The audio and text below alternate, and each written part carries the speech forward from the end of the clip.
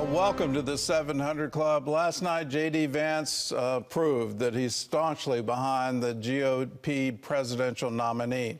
In his speech to the Republican National Convention, the vice presidential pick shared the personal story of his rise from poverty. Vance also highlighted his conservative credentials and offered a fresh vision for the party's future. John Jessup has the story. After a parade of familiar faces, some from Trump's first administration. Good evening, Patriots. Others representing everyday Americans, the main event featured a debut performance of sorts. I'm overwhelmed with gratitude to say I officially accept your nomination to be Vice President of the United States of America. James David Vance, known by his initials JD, first paying homage to the resilience of former President Donald Trump, looking on from the stands at his election for VP. He can stand defiant against an assassin one moment and call for national healing the next. Playing up his Rust Belt roots, the Ohio native shined a light on the plight of his hometown and other cities he described as devastated by the effects of globalization. I promise you this. I will be a vice president who never forgets where he came from. A night leaning heavy on military service and sacrifice, Vance acknowledged his tour in Iraq as a Marine combat journalist. Semper Fi to my fellow Marines. Throughout the speech, he drilled down on the night's theme of American strength at home and abroad, targeting trade deals benefiting countries like China and Mexico, while also putting America's military allies on notice. We will make sure our allies share in the burden of securing world peace. I am grateful to all of you for the trust you have placed in him and in our family. Briefly sharing the stage with his wife Usha, a fellow Yale Law School grad, she helped to portray his softer side as a husband and a father of three. And he also received a resounding endorsement from the Trump family.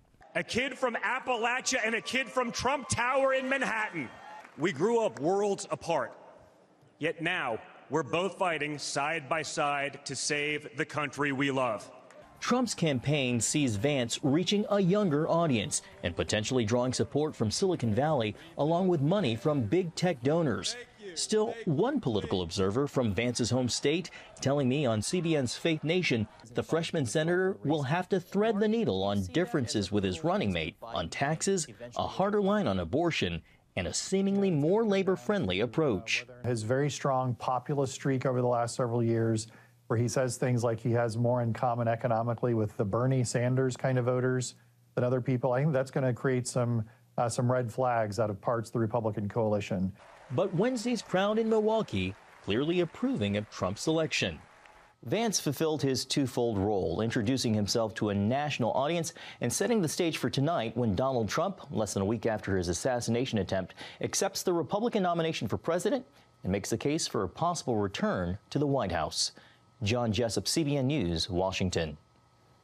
Well, for more on this story, we have CBN chief political analyst David Brody. David, you're being very busy this year, so give us your take on J.D. Vance's speech. What did he deliver?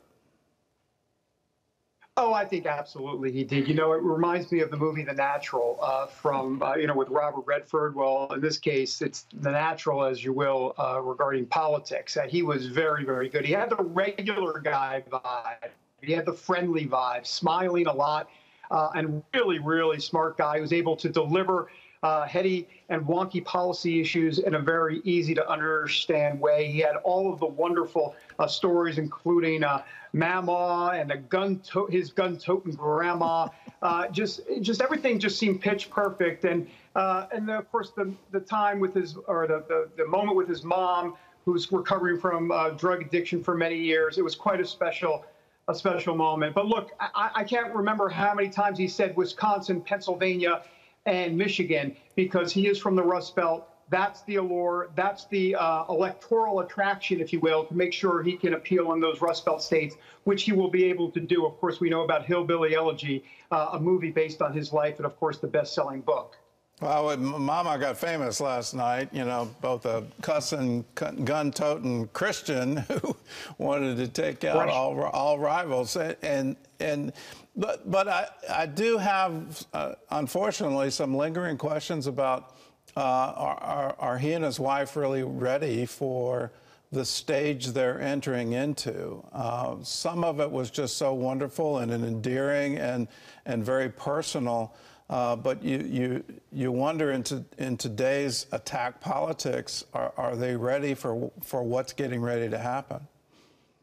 Well, that's a great point, Gordon. And the answer is we don't know. It is an unknown. I mean, look, he's only been a senator a year and a half. He wasn't even in politics a few years ago. Gordon, this was the first Republican convention, any convention, that he's been to. So, I mean, he's 39 years old. He'll be 40 in August. He'll be the youngest VP since Nixon. And so, yeah, there are still a lot of unanswered questions about how he's going to handle the spotlight. He has not been fully vetted from a national perspective. So there are a lot of remaining questions. Well, certainly from, I mean, they both have in the intellectual firepower. Goodness gracious, you look at their credentials and you just go, wow, you know, it's wonderful that they want to take this on. I have a lot of sympathy for anyone who wants to enter the national stage just because politics has turned into a blood sport. The fact that they're not turned off by that and they want to expose themselves, their children, to the firepower that our politics wants to unleash on families, I've got to tip my hat to them and say thank you. Let's talk about President Trump tonight. What does he have to deliver? Well, I talked to a senior advisor just this morning for Trump's campaign, and I said, so who's helping President Trump write his speech? And the answer was Donald J. Trump. It's all him. Now, I don't have any sense that he's getting out Microsoft Word and doing autocorrect and actually going to any sort of computer. But the point is that it is all from his heart tonight. It will be straight as it relates to what Trump wants to say. He's fully in control of this speech specifically. So what we expect is a lot of talk about unity. But what does that mean exactly? And what does it look like? Are we going to be done with the crooked Joe and the sleepy Joe and the X, Y, and Z things he says about Joe Biden? I'm not sure. That we wait to see what the tone and tenor is like. But I get the sense, Gordon, this week that President Trump seems to be very, very much a different, changed man, at least the way he is being the way he's looking at these speeches in the hall. He just seems more reserved, more reflective than I've ever seen him before, Gordon. Well, I'm expecting him to freestyle the whole moment, so it'll be typical Trump, and we'll just see. I hope he rises to the occasion, and definitely we need speeches on unity in America today.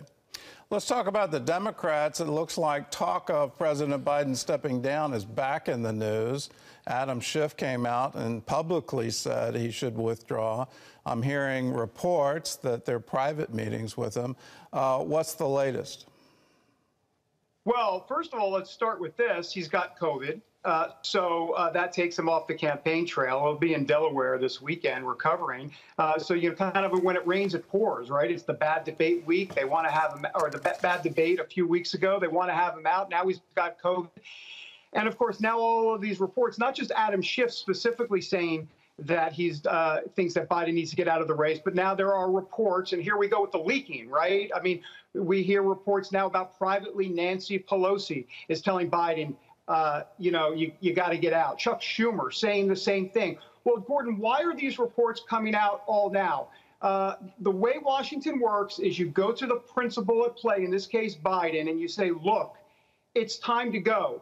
And clearly Biden doesn't think yet it's time to go. And so you can be sure that these stories were leaked to put pressure on him to leave. This is the way Washington works. It's been that way for decades, and we're seeing that play out right now. I think this is just a tick, tick, tick scenario. Eventually, Joe Biden will, in essence, be forced, kicked, dragging, and screaming, but he'll be forced to step out of this race.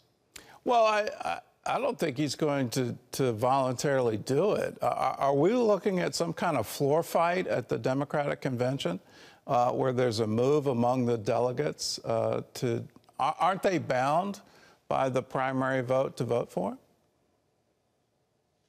Well, they're bound except for 3 words.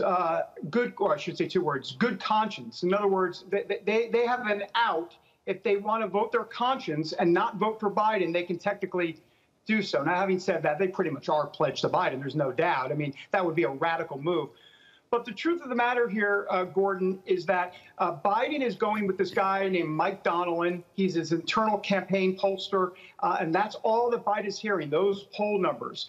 And it's not correct because Nancy Pelosi, Chuck Schumer, and others are bringing him other poll information, internal polls that show it's far worse than the public polls. For example, Wisconsin, Pennsylvania, Michigan, all more than 5 points. He's down by more than 5 points in those 3 key Rust Belt states. You'll notice that the public polls show it's within 2 points or so. They say it's worse than that. It's 5+. And then, of course, you have Georgia and other states that are just out of reach. They're not even in the margin of error. So this feels like a bit of a denial situation right now for Biden, and I just think it's a matter of time. I would say mark my words, but I'm pretty confident that he's going to get out before the convention. Okay. Well, the clock is ticking. I think once the convention comes and goes, if he's still the candidate, then the time has actually run out for him to withdraw. Then you're into questions, can another candidate actually make it to the ballot? Right. There's a lot of things at play, and David, we look forward to all of your reports, and I'm so glad you're staying very busy. Thanks for joining with us. You bet. I'll get some more sleep if I can. All right. Well, in other news, Speaker of the House Mike Johnson is calling for the head of the Secret Service to step down. Gary Lane has that story and more from the CBN Newsroom. Gary? Gordon, in the wake of the assassination attempt on former President Trump, Speaker Johnson says Kimberly Cheadle should resign. He also announced a congressional task force to look into security failures that allowed the gunman to come so close to succeeding. New reports reveal the 20-year-old suspect was identified as a person of interest about an hour before the shooting. And the Secret Service spotted him on that roof 20 minutes before he opened fire. A search of his phone shows he looked up the dates of the Trump rally as well as dates for the Democratic National Convention in Chicago next month. Experts agree that young people across America are in a mental health crisis. Some point the finger at cell phones and social media. In response, more and more states are trying to get those addictive devices out of children's hands during school hours. Medical reporter Lori Johnson reports on this national move that's gaining momentum. Virginia Governor Glenn Youngkin ordered public schools across the state to go cell phone free by January to promote a healthier and more focused educational environment. One national study found 97% of kids used their cell phones during school hours. Another revealed nearly 3/4 of high school teachers believe phones are a major distraction after seeing students watch Netflix, gambling online, and glued to social media. So giving kids access to something where they can have 24/7 interaction with their peers is kind of the worst thing we want to do, especially if it's distracting them from schoolwork.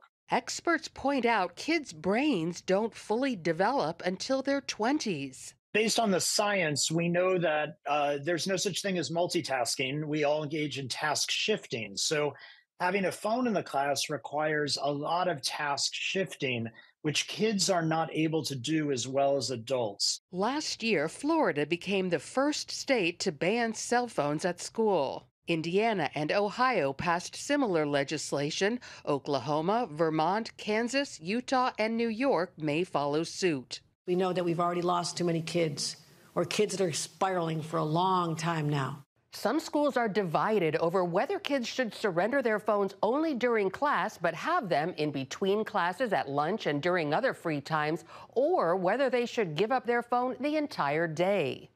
In that instance, some parents worry about being unable to contact their child, a concern others downplay. When we were growing up, our parents didn't have constant access to us. Even in the worst-case scenario of a school shooting, some experts say it's better for kids to be without their phones. Constant notifications and dings that are coming through from family trying to check on their student might alert the assailant to where they are. and also it jams emergency signals. So while many believe smartphones should be removed from the classroom, not everyone agrees on the best way to do that. Lori Johnson, CBN News. Turning to Israel, where the Knesset voted overwhelmingly against the establishment of a Palestinian state Wednesday. Lawmakers declaring it would pose an existential threat to Israel and its citizens. The vote comes just days before Prime Minister Benjamin Netanyahu's visit to Washington for an address to Congress. The White House has been pushing for a two-state solution. Also yesterday, the group Human Rights Watch released a report confirming Hamas committed numerous crimes against humanity on October 7th, carrying out deliberate and indiscriminate attacks against civilians, including sexual and gender-based violence. The report states killing civilians and taking hostages were central goals of the attack, and not isolated incidents or plans gone wrong, as Hamas has claimed. Gordon, back to you. I'll put a question to you. How do you know when Hamas is lying? When they put out a press release. Anything that's coming out of the so-called Gaza Ministry of Health, anything that they're saying at the UN, all of these things have been proven false again and again and again. What I don't understand is why does our news media continue to run it? I mean, they've got qualifications now saying it's, the Hamas Gaza Ministry of Health. But we've got to be very serious here. What they did on October 7th is absolutely horrific.